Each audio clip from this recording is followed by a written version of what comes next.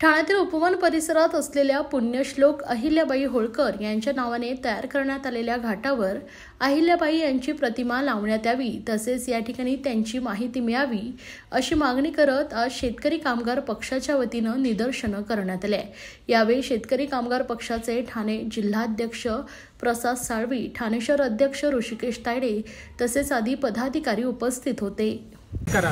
पण जे अधिकारी बसले त्यांना बॉलिवूडच्या गाण्यांशिवाय इतर गाणे मला असं वाटत नाही कुठे दिसतात। ते 2 महिन्यापासून आम्ही आज पाठपुरावा करतोय। आज तुम्ही बघू शकता, आम्ही मार्च महिन्यामध्ये हे पत्र त्यांना दिलेले आहे। तरी पण त्यांना वारंवार त्यांच्याकडे पाठपुरावा करून पण त्यांना फक्त त्यांचं मनोरंजन फक्त कसं होईल, बाकीचं त्यांना कशाबद्दल काही पडलेलं नाही।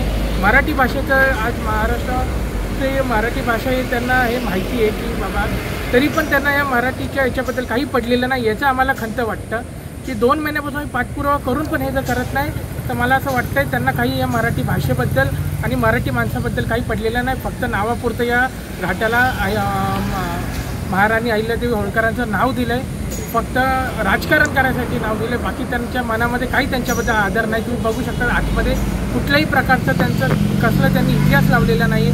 लोकांना कसं कळेल?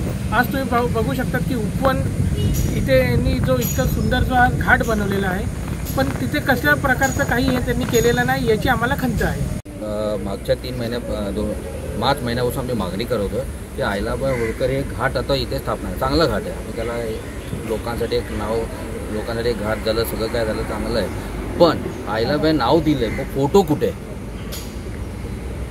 तुम्ही फोटो बघायला गेले तर 2 नेत्यांचे फोटो, यांना कोण विचारतं त्या नेत्यांना ते का अहिल्याबाई होळकरपेक्षा मोठे आहेत का?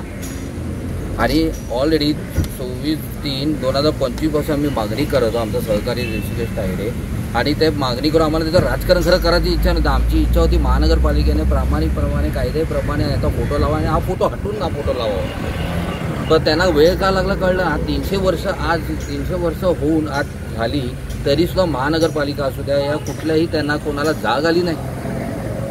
आणि एवढा मोठा घात असताना सगळं काय तुम्ही, आमची तर खरी मनापासून इच्छा होती की अहिल्याबाई होळकरांचा मोठा इतिहास आहे या देशाला, त्यांनी मंदिरं बांधली आहे, मोगलांनी हे सगळं काही करून त्यांनी मंदिर उभं केलं, त्याने एक राज्य केलं, राज्यकर्ता कशा होत्या त्यांनी एक इतिहास दाखवलेला आहे। हा सगळा एवढा मोठा इतिहास अहिल्याबाई होळकरांचा असून सुद्धा अशा इतिहास आहे कुठे?